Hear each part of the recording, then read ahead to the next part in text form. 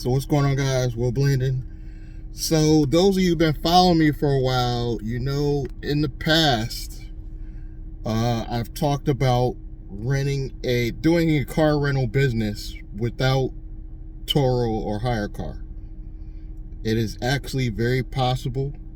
I'm working on all the components to get it together. So today, I happened to talk to somebody at Carvana. If you've been watching a while, you know that I recently got a 2017 Ford Fiesta. Great condition, no complaints.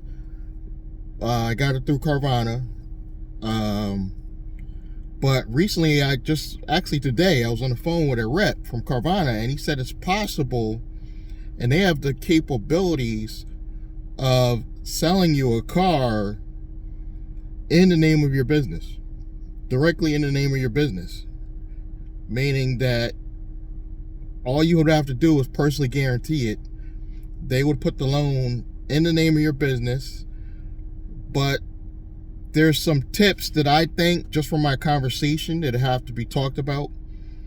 You're gonna have to have all your documents. I don't think they're gonna require tax returns, but I'm pretty sure they're gonna want, you know, the regulars, your articles of incorporation, your bank account.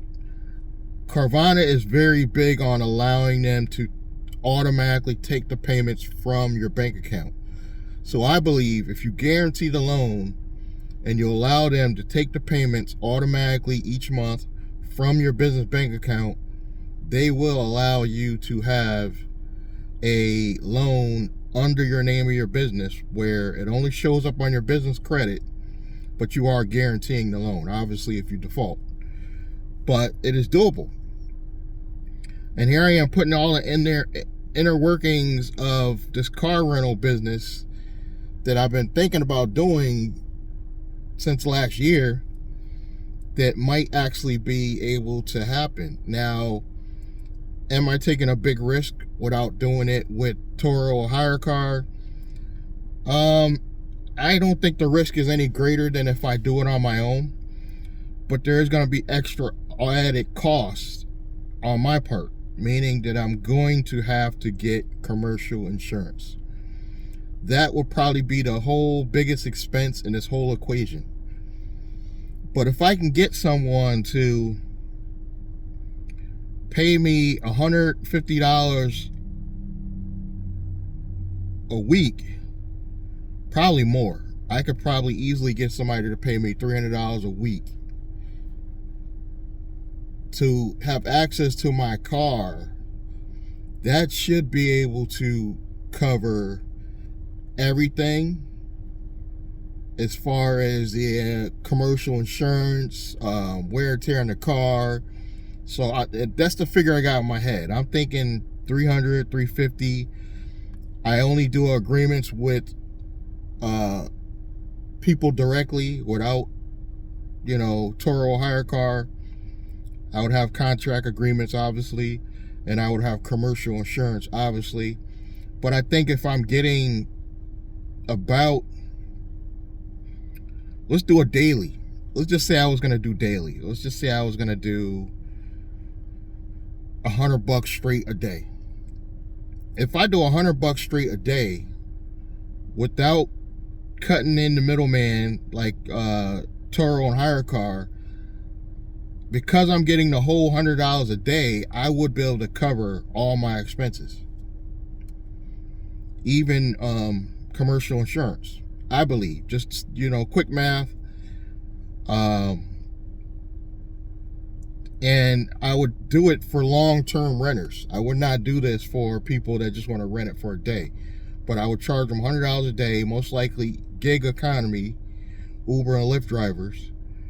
And I would have a program where they're paying me $100 a day, guaranteed, through wire transfer or, you know, Cash App, Venmo, PayPal, Stripe, through one of those means where I get the money on a daily basis. I think that would cover my expenses and it would cover the cost of the vehicle. Because we're not talking an expensive vehicle here. We're talking about a vehicle that's less than $20,000. That would cover my expenses, therefore cover the commercial insurance. And all I got to do is come up with ironclad agreements and decide how much what I want from that person up front. So I can even charge a upfront cost, a non-refundable contract fee, I could call it. In case they default, that would cover your last month. Say I would do something like that. You know, maybe up front they give me, like, say, quick math up front. I would say, okay, you give me $500 up front, and you would pay $100. That $500 up front would cover their first day. You can let them pre-register for Uber and Lyft, because you know how that takes some time if they haven't done it in a while. So you could tell them, look, I'll let you pre-sign up. I won't let you take the car until everything's cleared. They give me the $500. That will cover the first day. Then after that, every day after that, say $100, they would pay me every day, say when they pick up the vehicle, something to that effect. And I think that could work. And I would have a guaranteed revenue stream without, you know, all the hassles of having a, you know, Turo and hire car middleman. Now, it's still a cost as far as the tracking, you know, something to track the car, obviously, something, a kill switch of some kind. Those are going to be extra added costs, of course. I would probably try to get newer vehicles. That's just me. Within 5 years old, something in that effect. And I think we might have a way to get this thing up and running. Now with Carvana, it's a little tricky because I think Carvana's hit and miss. I had a great experience purchasing this Ford from Carvana, but it doesn't mean every car you purchase from Carvana isn't going to have some issues. So you want to check the cars out thoroughly.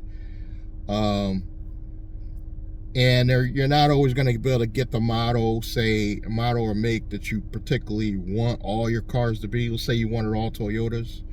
You might not necessarily be able to pull that off. But you might be able to pull off, you know, getting cars within 5 years with small down payments. Let me know in the comments what you guys think. The car rental business might be coming thanks to Carvana. I will catch you guys in the next one. Please don't forget, check the links below. Subscribe, like, comment, and I'm going to catch you guys in the next one. Thank you.